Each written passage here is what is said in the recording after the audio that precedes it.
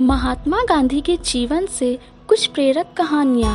गांधी जी के जीवन से कई प्रेरक कहानियाँ हैं जो हमें बहुमूल्य सबक सिखाती हैं। वह हर उम्र के लोगों के लिए एक मिसाल कायम करते हैं। गांधी जी शुरू से ही सत्य के मार्ग पर चलते थे। एक घटना है उनकी स्कूल के दिनों से। एक दिन मोहन के स्कूल में एक स्कूल का इंस्पेक्टर आया। उसने कक्षा को 5 अंग्रेजी शब्द पढ़कर सुनाए और लड़कों से उन्हें लिखने को कहा। मोहन ने 4 शब्द सही लिखे, लेकिन वह 5वां शब्द केटल नहीं लिख सका। मोहन की झिझक को देखकर शिक्षक ने इंस्पेक्टर की पीठ के पीछे एक संकेत दिया कि वह अपने पड़ोसी के स्लेट से शब्द की नकल करे, लेकिन मोहन ने उनकी बातों को अनसुना कर दिया। अन्य लड़कों ने सभी 5 शब्दों को सही ढंग से लिखा। मोहन ने केवल 4 लिखा। इंस्पेक्टर के जाने के बाद शिक्षक ने उसे डांटा, क्योंकि बाकी सभी छात्रों ने 5 शब्दों को नकल की मदद से सही लिखा, लेकिन उसने ऐसा नहीं किया। डांट पड़ने के बाद भी मोहन दुखी नहीं था। वह जानता था कि उसने सत्य के मार्ग पर चलकर सही काम किया है।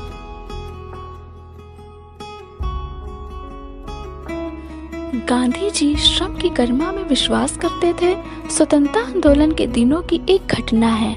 लाला लाजपत राय और महात्मा गांधी एक राष्ट्रवादी शिव प्रसाद गुप्ता के घर पर ठहरे हुए थे। वहां पहले दिन लाला जी ने नहाने के बाद अपने गंदे कपड़े स्नान गृह में छोड़ दिए। अगली सुबह उन्होंने अपने बिस्तर पर कपड़े धोए और बड़े करीने से मुड़े हुए पाए। वे बहुत प्रसन्न हुए। उन्होंने विनम्रता से गुप्ता जी से पूछा कि क्या वह सारे गंदे कपड़े धोने के लिए रख सकते हैं। इस तरह लाला जी के सारे गंदे कपड़े धुल गए। जब उनके जाने का समय आया तो लाला जी ने कहा कि वह उस नौकर को टिप देना चाहेंगे जिसने उनके कपड़े धोए थे। गुप्ता जी नौकर की तलाश में गए, लेकिन वह यह जानकर चौंक गए कि उनके किसी नौकर ने कपड़े नहीं धोए थे। अंत में एक नौकर ने कहा, यह लाला जी के साथ कमरे में जो दूसरे व्यक्ति थे उन्होंने ही सारे दागदार कपड़े धोए हैं।